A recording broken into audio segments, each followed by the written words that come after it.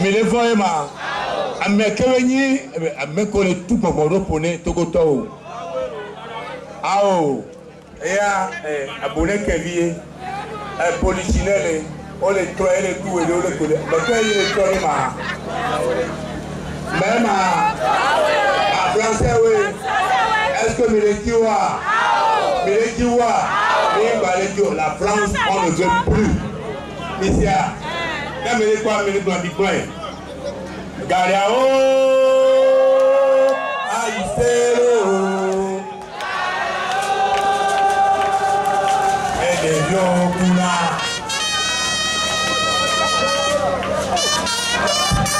Les familles,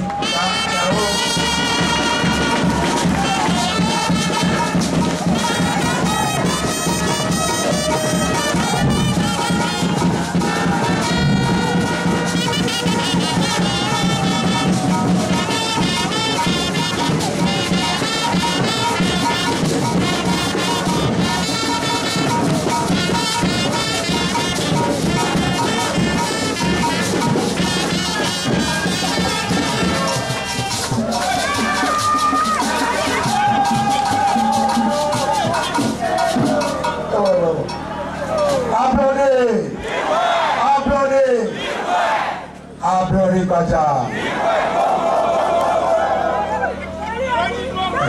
Akénami. Bien envie. David Doucet. Et Polonia. Souvent.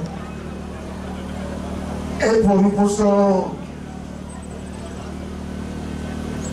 Et nous qui oui que soit. Monsieur l'ami. Et nous qui voulons que ce soit,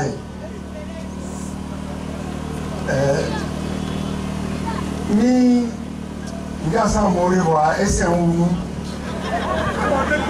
Quand on dit prophétiser d'arrêt, moi les impropres, les nous pour soi. Bon, on est plein d'arrêt il y a 1 an. Et nous pour Jawayon.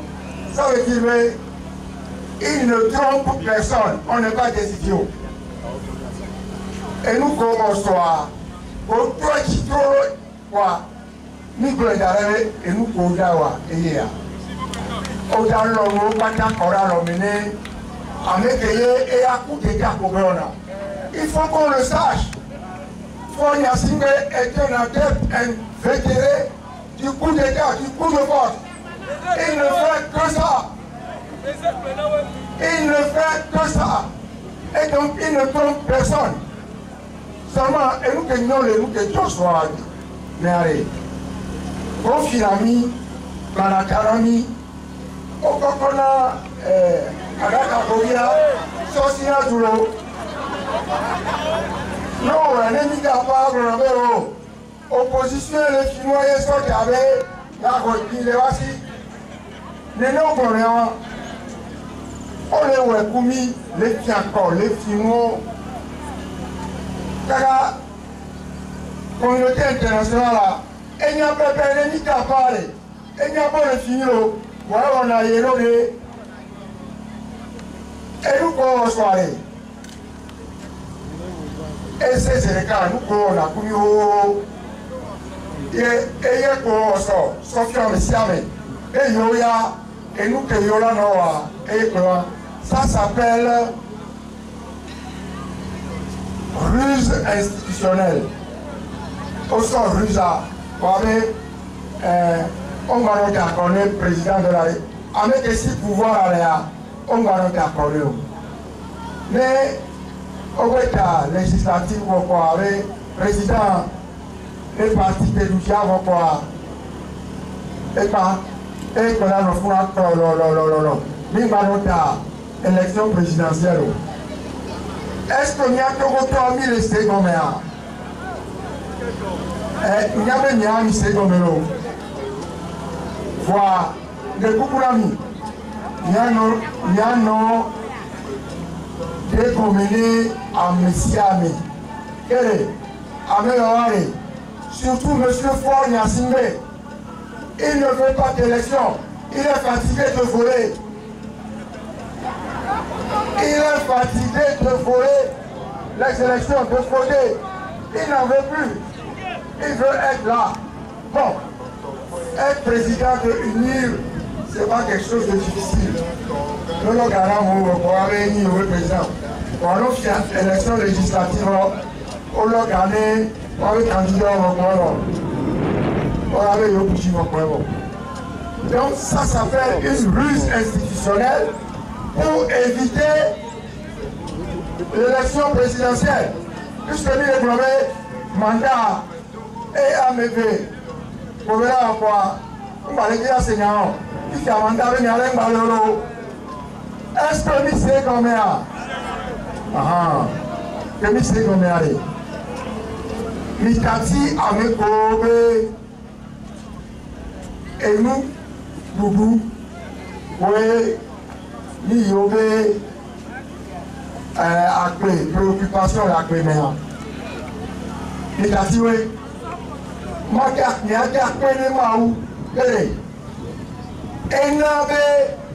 vous êtes du bon côté de l'histoire. Merci. Il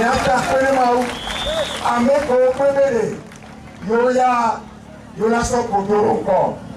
On est malheureusement, on est bien le Roméo, on l'a fait au Bang. Voilà, on sort des pelés. Dignité, les Togolais, la dignité a foutu le camp. La dignité a foutu le camp. Dignité, il y a le pelé. Ameko, les sites. Ameko. Les gens le mieux mais va à travers les Ouékoudo. Avec les gens le mieux mais et on va les gens à Koudo. Les blancs.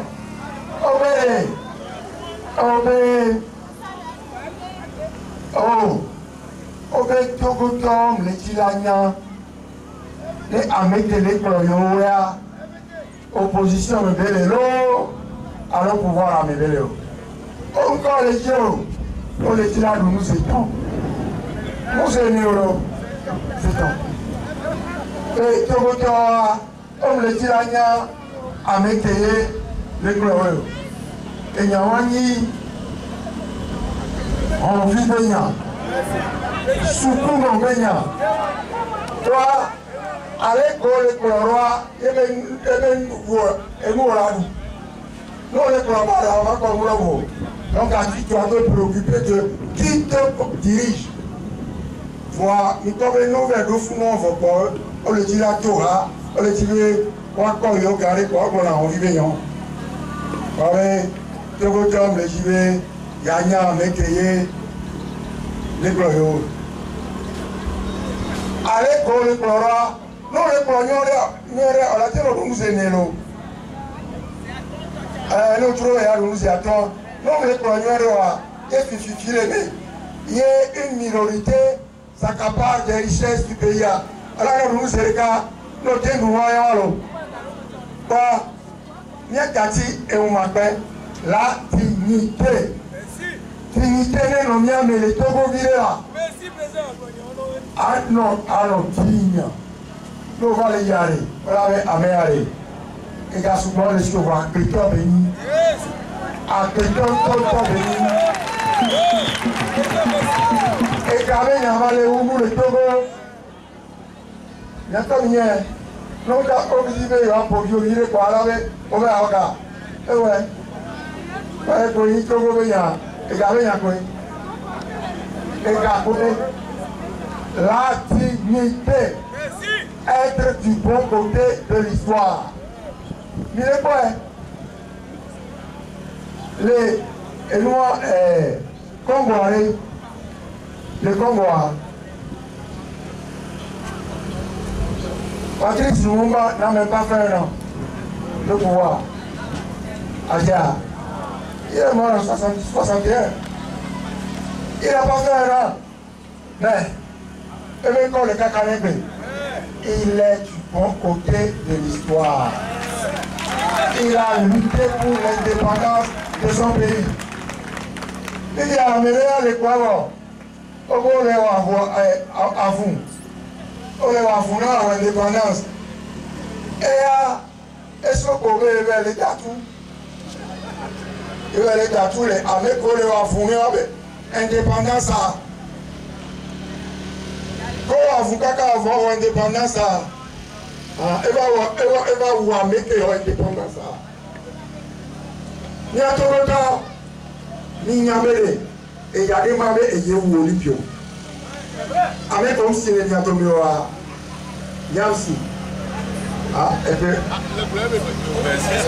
Oh, il dit, il dit, il y a aussi. Il y a pas qu'à même coup, mais il y a des mamans et il y a des olympios. Mais vous croyez qu'on est là pour qu'ils viennent nous raconter des histoires? Non.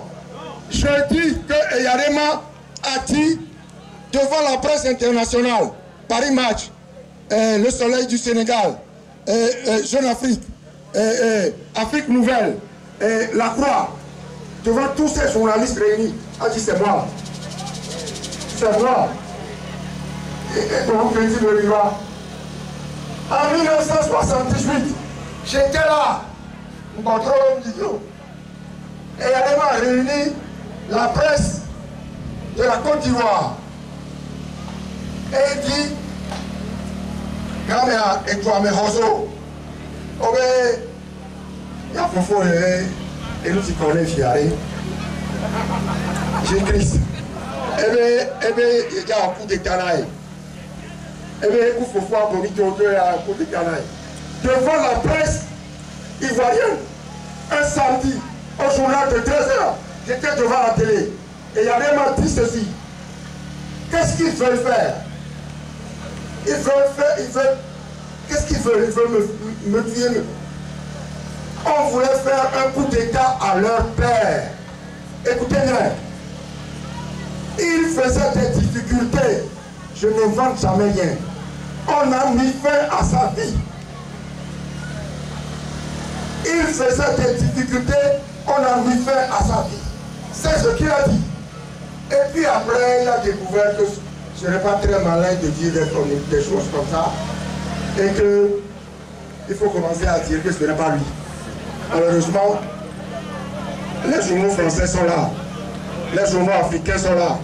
Mais ce qui est grave dans cette affaire, c'est que nous sommes Togolais. Nous avons tué Eric Diop 2 fois. En croyant que ce que Yarema dit est faux. C'est lui-même qui a dit qu'il a été payé pour raconter des histoires. C'est son affaire. Quel est notre intérêt de dire que ce n'est pas Yarema alors que lui-même a reconnu que c'est lui? Qu'est-ce qu'on en a à foutre? Donc, s'il vous plaît, suivons la vérité. Ne disons pas... C'est parce que nous disons ces choses-là qu'il se lève un matin pour qu'aujourd'hui il se lève avec Fort et son équipe pour dire il est le père de la nation, les Duraméa. Les Duraméa. On a nous père de la nation. Patrice Lumumba est le père de la nation. Là-bas, au Congo. Kwame Nkrumah, ça n'est jamais venu à l'esprit de Rollins de dire qu'il est le père de la nation. Bien qu'il ait fait 20 ans pour voir Nkrumah 8 ou 9. Ça n'est jamais venu à l'esprit. Parce que c'est un nationaliste. Il sait ce que Nkrumah a fait. Nkrumah est désigné parmi les 6, les Big Six, comme le père de la nation ghanéenne. Il y a un misoto.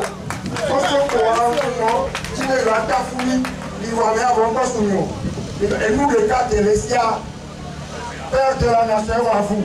Avec ça, il va réclamer. Il va nous dire.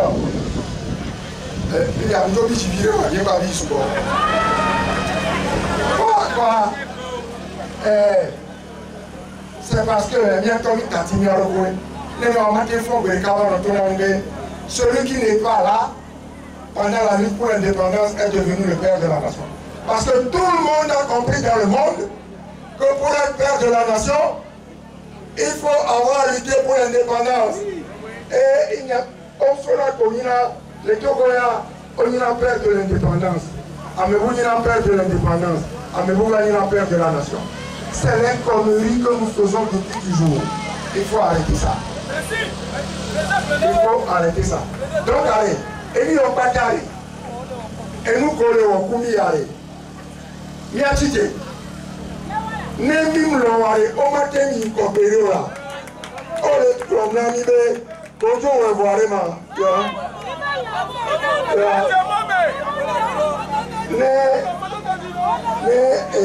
on peut plus voir bon. Et je on va voir. Et je vois ouais. On va tout casser là. Parler jamais. Nemi anto awo wa England to la dira mere oro. Wa yawe. Nemi anto mo mi ma no fiebe. Nemi anto mi mo. Enu fiti de okudo mi arogbe wa. Mi ma no fiebe. Voire.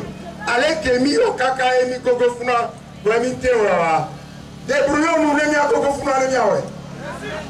Alors le ya. Ya to mi kora ale ke mi tora 2016, 2017, 2018. Avec Kémy Okakani Gogofuna, nous allons le faire. Nous sommes condamnés à le faire. Nous ne pouvons pas laisser faire. Nous les possibles. Avec Tomini, les Tatia Meko, les Dounoua, Awacha, au bébé Yoman du bon côté de l'histoire. Au préféré, un boudou n'est dignité. Alors, Nénéa, un Kémia mi préféré, liberté, dignité, n'est un bourré. Mia le béné, mia roqué, mia tenho, mia ouais. Mila ouais, mi matin tatio. On essaie.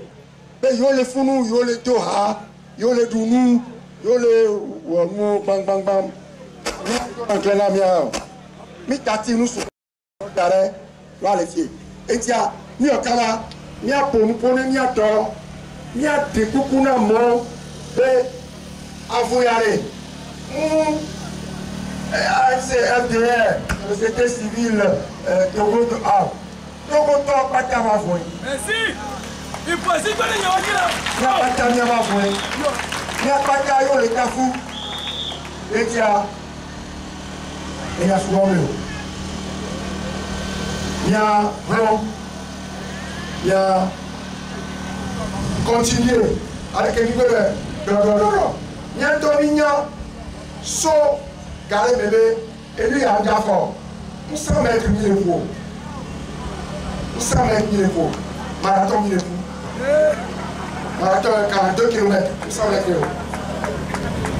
Bon, après la mission, si vous voulez qu'il y ait Nyakoro nya lononti nenyate tokotole tukara ya melo akora misa melo ya plastique dans les canets notre ami les sont tcha dans stage et que les morts il tient maton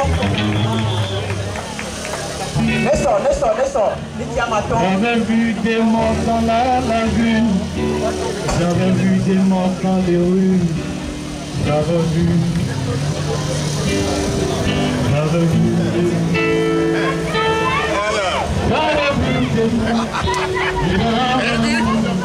j'avais vu des